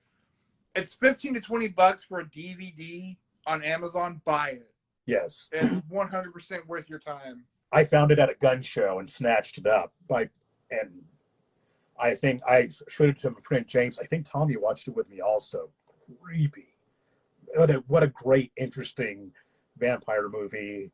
And Miguel Ferrer is such a hateable scumbag. he's a man. What a great actor he was. That is the right guy, Miguel Ferrer, right?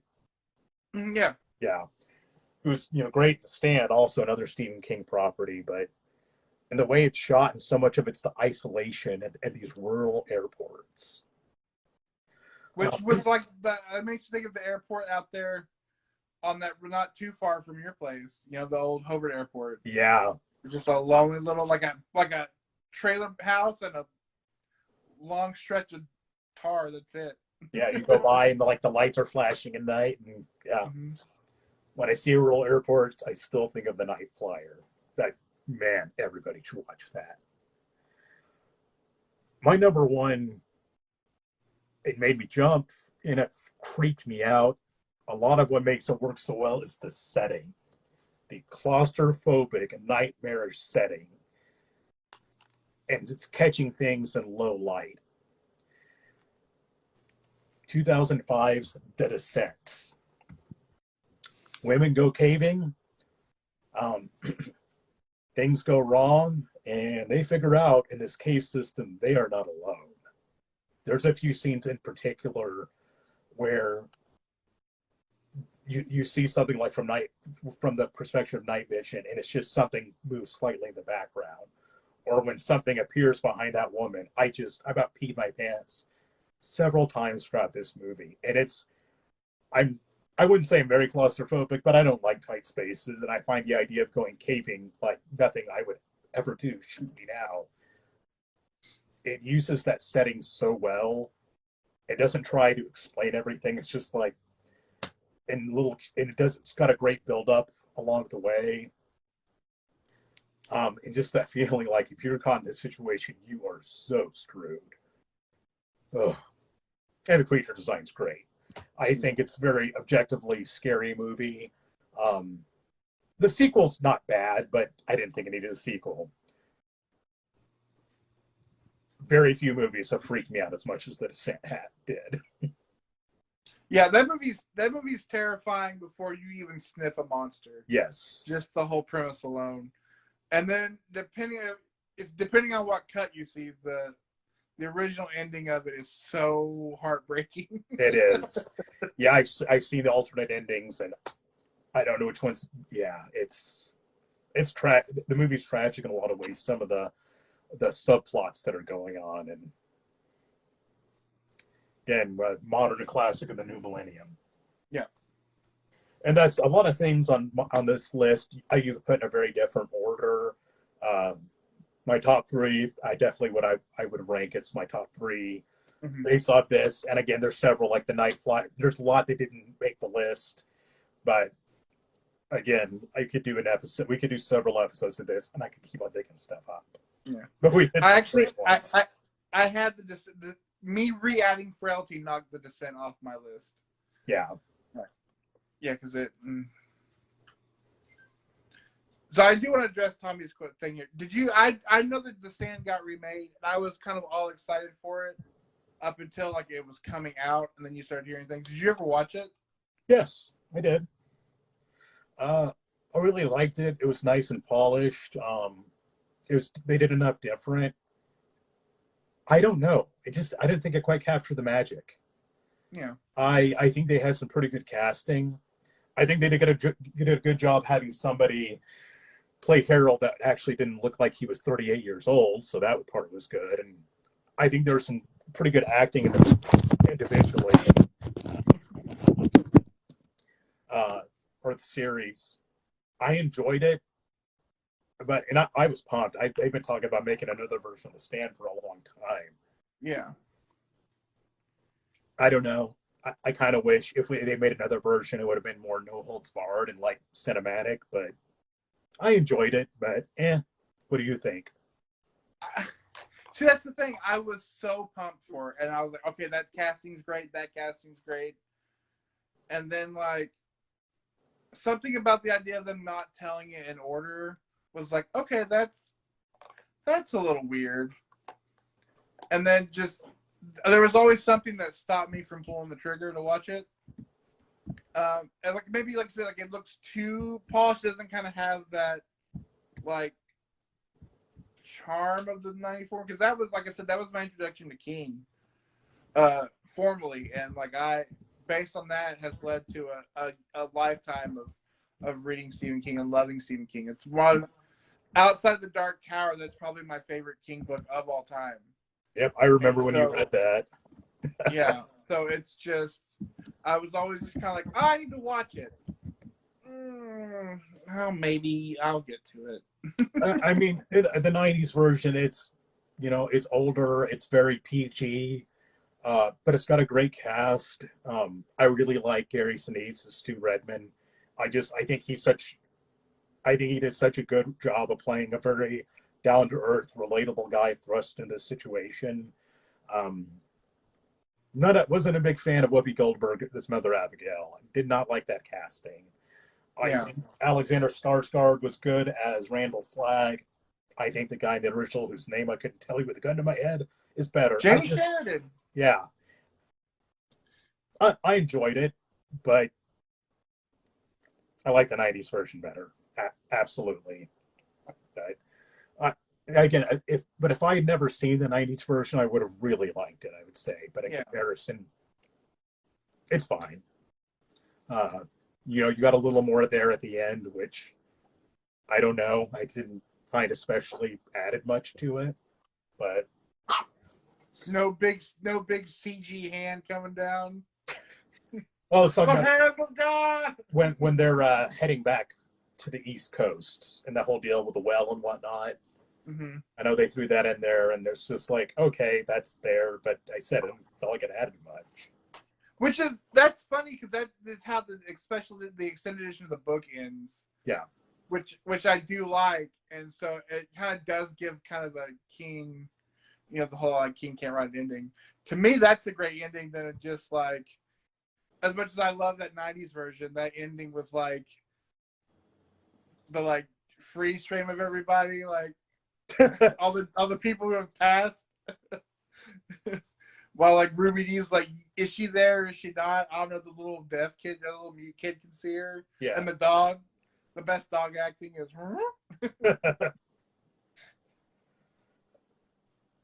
So, I'm going to be right back in about 30 seconds, and let's talk about Barbarian. Yeah. I'll get to it. I'm right now holding out hope that we finally get to see this new version of Salem's Lot, and I hope it's good, because Salem's Lot is top. Like it's kind of the Dark Tower books, because that movie doesn't exist. The Dark Tower series, The Stand, and Salem's Lot kind of do this on any given day. So I'm hoping that is done well. I do really, really love that there's all this like kind of push now to let Flanagan handle the Dark Tower, which I'm 100% on board for, and will champion and sign whatever you need me to sign to make that happen. Because I think we do finally need a movie version of the Dark Tower, because the one that came out doesn't exist. How did they fumble that hard? Like how? I don't know. Akiva Goldsman's how. Yeah, it's just, I think that's one you either need to plan for a bunch of movies or make it into like an HBO series. That whatever that wasn't the answer. Yeah, they've tried forever. There was going to be an Amazon show that the guy who was the showrunner of The Shield and The Walking Dead did a pilot for, and Amazon passed on it because they didn't think there would be a big enough audience for it, and instead went with The Wheel of Time. Yay! At least we got that, which I couldn't care less about. I never read a book. But yeah, like I was saying, there's a lot of like internet push, and like it's coming up a lot in interviews to like let Flanagan have a crack at the Dark Tower. And with that, I say, whatever you need, sir. Yes. I will contribute to that GoFundMe. Yeah. Now if I could only get my wife to finish reading them. Like she promised years ago. That's a lot of books, so I don't blame her. She's in book 5. Like we're in the home stretch now. I read all the Hunger Games books. That was supposed to be the trade. Sorry, my daughter's dog is growling in the background, playing in her stuffed pineapple.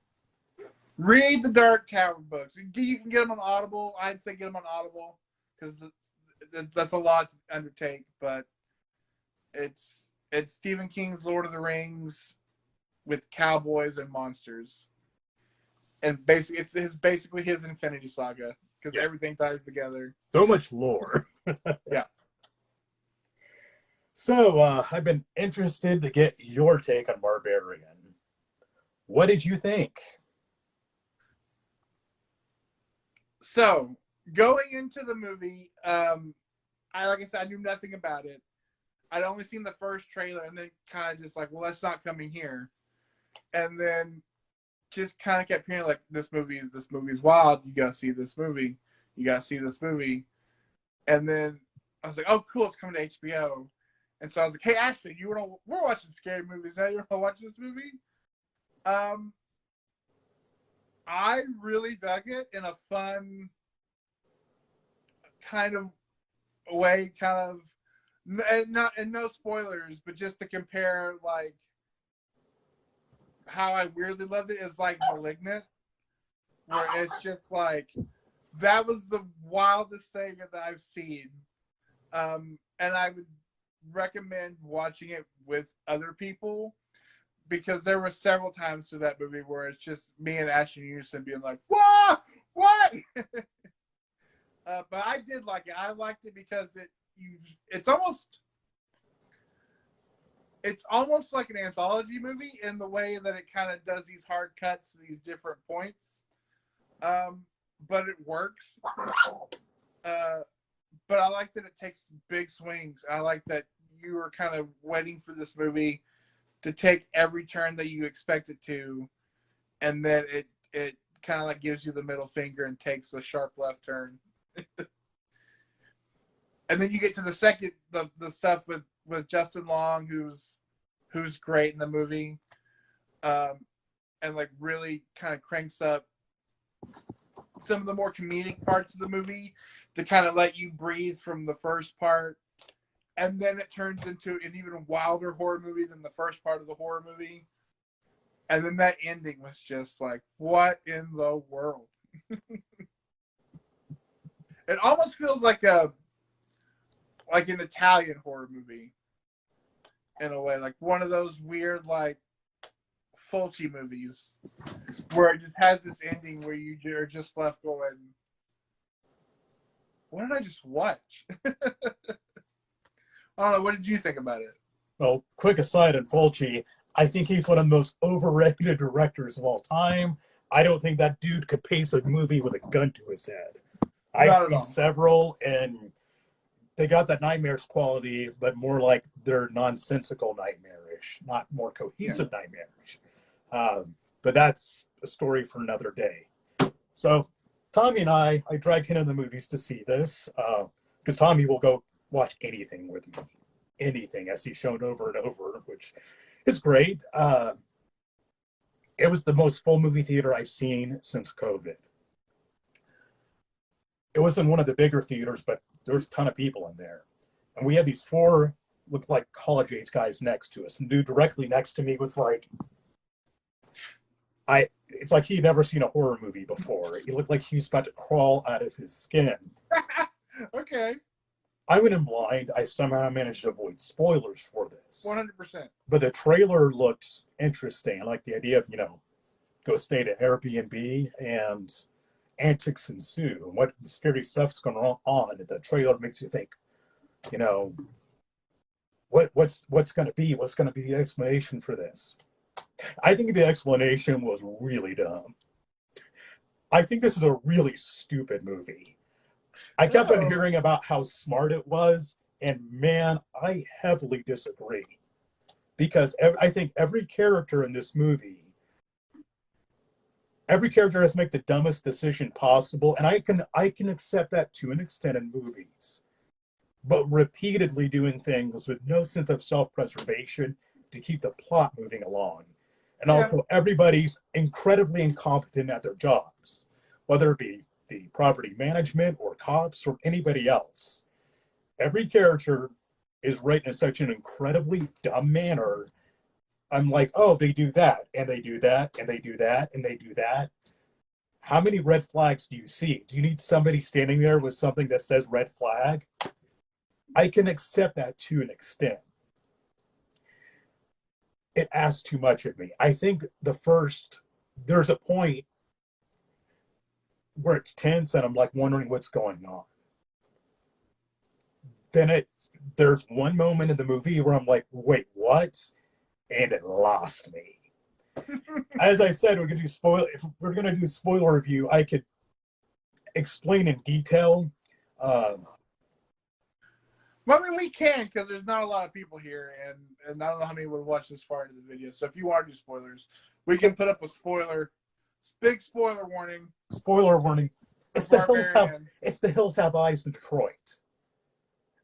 I just when the inbred superwoman, who apparently being super inbred gives you Spider-Man abilities, shows up. I was like, that's it?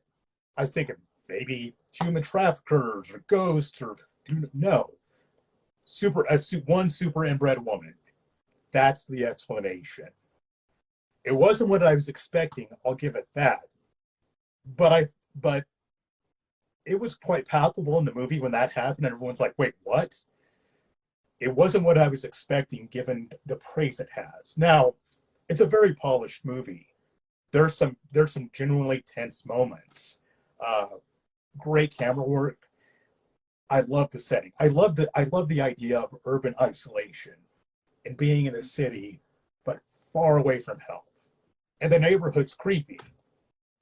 Also, there's that random hobo in there for reasons, for the body count. I thought the part where they flash back to 1980 was the best part of the movie. I thought that was cool how they did that. And that part actually was creepy and unsettling. The turn in the middle of the movie with Justin Long brings the pace to a screeching halt. I can understand why they did it, but it's another one of those things that to move the plot along, he has to make terrible bad decisions, and somehow this house that two people staying there, no one's checked up on it or anything to that effect. No missing persons report. The person she texted with a picture of the guy's driver's license apparently didn't care. It set up things in such a way where it's like, okay, why bother showing us that if the fact that you're just going to throw it out of the reasons for the plot to move around? Maybe I'm being too harsh. I kind of got the Malignant feel. Only I thought Malignant was plenty absurd enough. It was unique, and it was a lot more fun. Yeah, there were some tense moments. I thought this movie really fell apart. I think there was a good movie in there. I think there was a lot of potential. I was really disappointed. I will definitely say it won't sniff my top movies of the year. It is getting a lot of like the best horror movie ever, which I'd say no, go watch X or Pearl. But yeah, we're sitting here watching it, and I'm thinking in my mind, okay, when does this become Hostel 4? Because that's what I'm waiting for. That's what the setup is. Okay, it's gonna be Hostel 4. Is Pennywise involved or is he not? Like, he's the red herring. And so I'm waiting for that. And then you get that scene, in that second tunnel, and you're like, oh shit, what? And then it cuts to Justin Long, and I'm like, well, you're following this character. I'm like, well, I don't like him. They're all idiots. I will, though, say, however, when he finds the room with the disgusting mattress and the camera, and his first thought is to Google, can you use, like, downstairs, like, basements to get more money out of this house? I did laugh at that. Because you do kind of follow his character. That's what I mean, kind of vignettes. It feels like you have that first part with the girl and Skarsgård, and then it hard cuts to the Justin Long story, and then it hard cuts to the 80s, and then it kind of, you have your wraparound at the last of the movie where it kind of ties everything together. But like you do kind of, you're like Justin Long. I like Justin Long. Everybody, you kind of want to root for him. You see him and stuff, and you're like, you watch the whole setup of him being Me Too'd, and you feel bad for him because you're watching him, and then he has that scene in the bar where he's like, she said no at first, and you're like, okay, nope, we know what kind of guy he is, and then he has that moment with the hobo where you expect this redemption arc for him. Nope. And then you get to violently get his head get ripped apart, and like you just cheered. You're like, yeah, fuck that guy. But now I agree, it does fall apart. And what I mean by when I said malignant was like just watching it like, whoa, like what is happening? And yeah, watching it with the 14-year-old who doesn't have the amount of horror movies under his belt, being like, just leave. This is stupid. Just leave. And I'm like, well, yeah, but the movie has to continue. Yes. So we can get more of Mama. But doing that repeatedly, no. I can't recall a movie I've seen in a very long time that every character manages to fuck up that badly so much. And it's just like, first of the movie, girl pulls up there, looks around the neighborhood. I'm not staying here. Leave. No, cars have locks, man. Go pull into a Walmart parking lot. Yeah, or come up to the house. Oh, there's a guy in the house. Well, okay, I'm leaving. It's just, one, I didn't like her character. Two, she was so damn stupid. And then Keith, Bill Skarsgård, just like, oh, look at this dirty, snuff movie room. Oh, there's nothing wrong. It's just, and people constantly forgetting their phones and getting locked in the basement, and all the interest of moving the plot along. And I think a lot of the logic falls through when you think about it. It's like they keep on renting out this house. Are people just going disappearing there all the time because there's this crazy inbred superwoman living in the basement who apparently runs around at night? How is there not a stack of bodies there? And it's just, and the cops are like, oh, you must be a druggie, go away. Just, man, I don't know what the Detroit cops did to piss the director off, but man. Well, yeah, this is definitely the weakest entry in the Detroit horror trilogy, because you have this and Don't Breathe, where like there seemed to be no police around ever.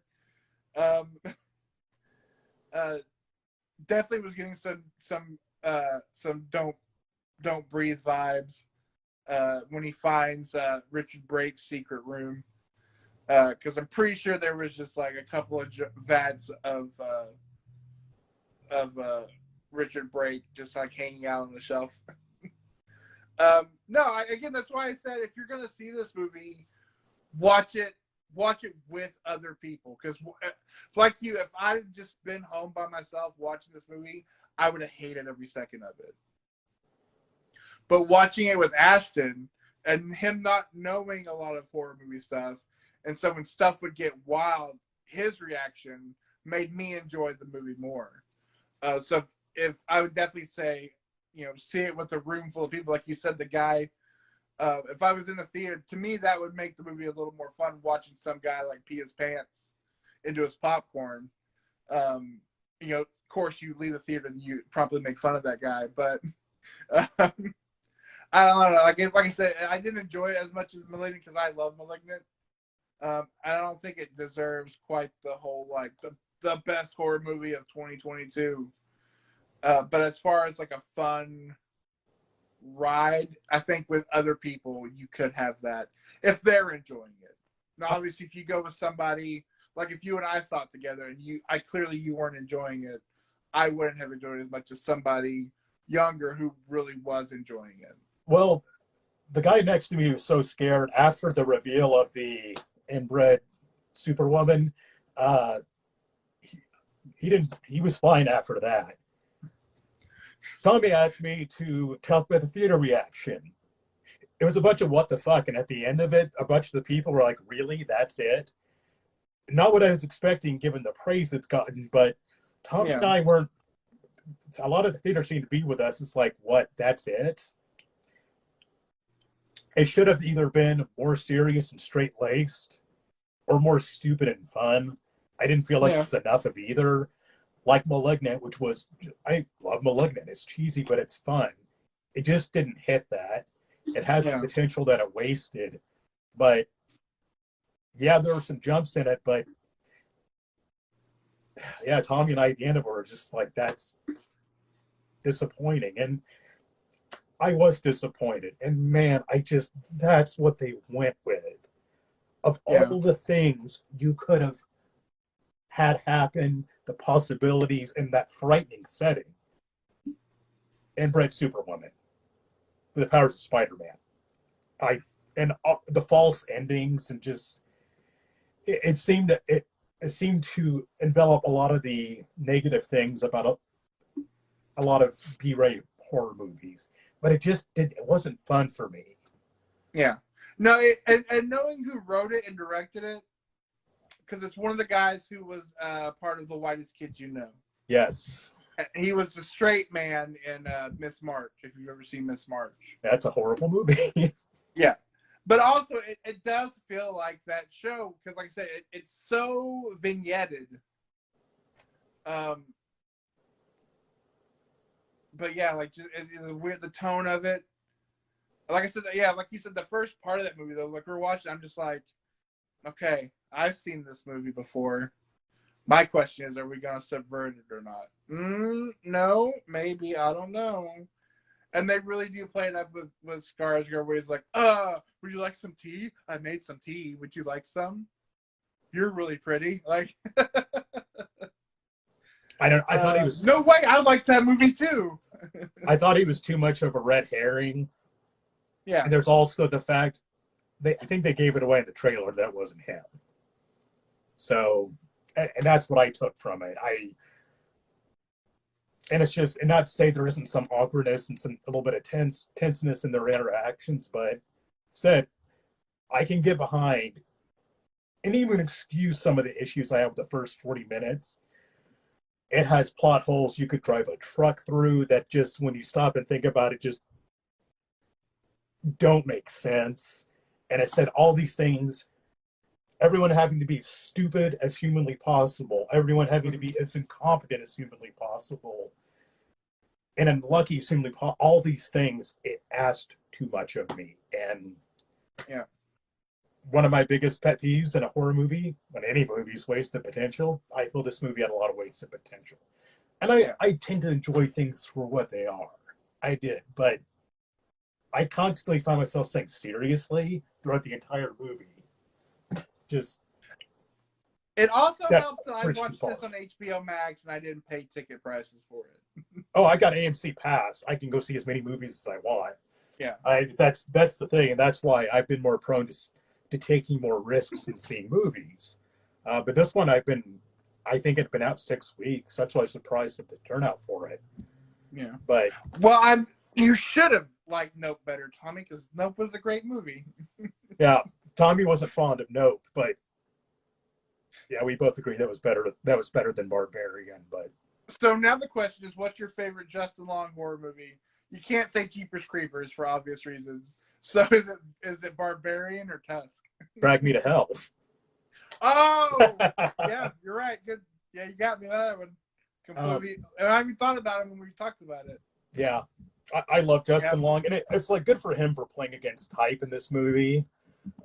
Tom, you mentioned earlier, he's kind of written. He finally looks like not a 20-year-old. He's kind of written like cartoonishly douchey, which I would agree with that assessment. Yeah.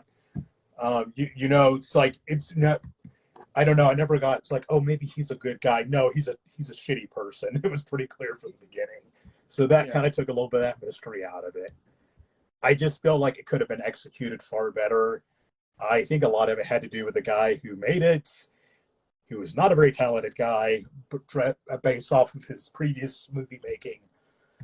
But I know a lot of people enjoyed it. Anybody who enjoyed it, that's fine. I don't know. It just did not do it for me. I'll give you guys some homework. So if you want to enjoy this movie, don't necessarily have to watch the movie, but you do need to watch Vacancy.